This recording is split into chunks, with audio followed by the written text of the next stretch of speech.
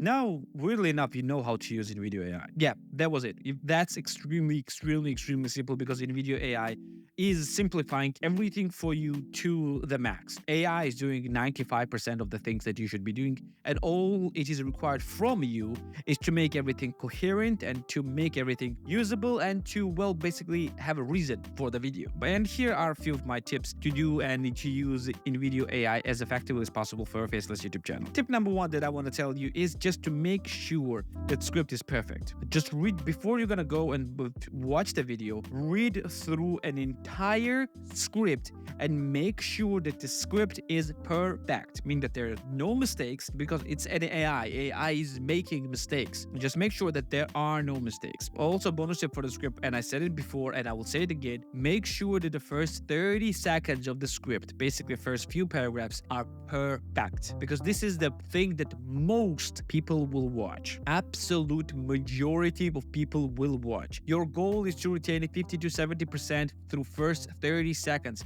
because if they will go through the first 30 seconds, they will most likely to go all the way through the video. Not all of them, but a large number of them will get all the way through the video, and you want that to be reality. That's what you want. Also, make sure that there is a clear call to action in the video, whether it's just subscription or whether it's just going through different websites or just asking to check out the description. Make sure that it is clear in every single one of your videos. If you don't have call to actions, have at least at least ask people to like and subscribe in every single video. Next is make sure to check out every single media file that InVideo will add, and also make sure that the lengths are good enough. Yes, you can actually change the length of these media files as well. Make sure the transitions between media files are in more or less organic places, not in mid-sentence. It's better to have transitions near end of the sentence where full stop is. Also, I highly suggest you to always add your own footage. Some footage should be unique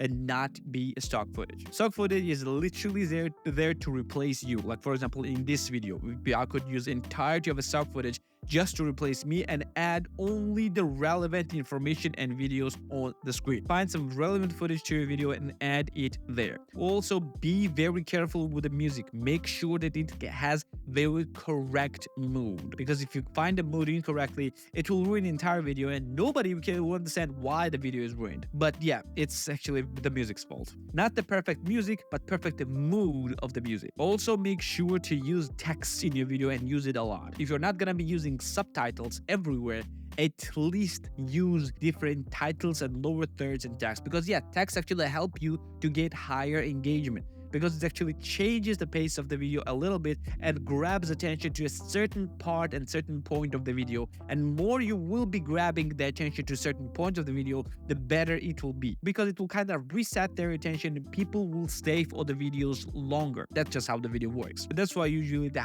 very highly edited videos work, and you can replicate the same similar results with your own footage or with different titles and text. And the same thing with subtitles. Another tip is to not overuse subtitles, like burned in subtitles in the long form videos. Long form videos really do not require burned in subtitles unless you really feel like it helps a video lag. But for example, in the courses, it's actually helpful. And you can agree with me, especially with my speech, with my speed of speech, it actually helps you to understand more what I'm saying. And of course, with my accent. But usually you do not need it in a longer form video. You do need them in a short form videos though, because with short form videos, attention spans are much shorter and you require to grab and keep people's attention as long as possible, and actually text help you. And now there's also one personal tip of mine, and this is the thing that I'm actually using with my own videos, and you can use it for your own as well. Mostly make horizontal videos in InVideo AI, and I'm talking about the long form videos. If your video is long form, like 2, 3, 4 minutes, do not make them vertical videos. Make them horizontal, because what you will do is you will download those videos and repurpose them into vertical videos in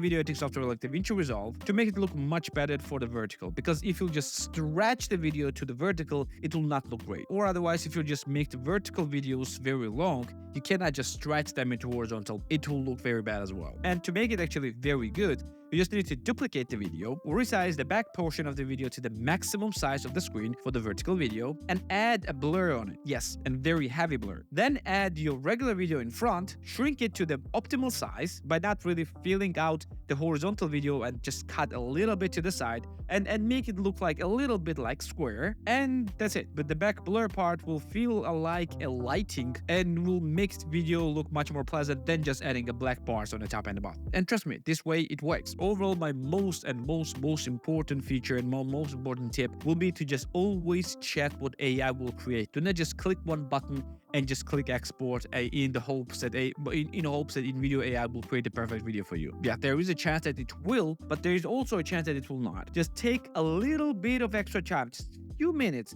to check that everything is alright, and then just fix the mistakes. It will not take a lot of time, and it's much better to do it at the moment before you export it than to try to fix it later when someone else will discover the mistakes. And also, most important tip, start using InVideo AI. It's absolutely free to start, and you'll be able to check every feature and how it works. It's actually very powerful and quite impressive. And now, when you have everything to create videos, in the next section, we're going to focus more on SEO and analytics, the important nerdy part of the YouTube that will help you a lot. So I'm going to see you there. Take care.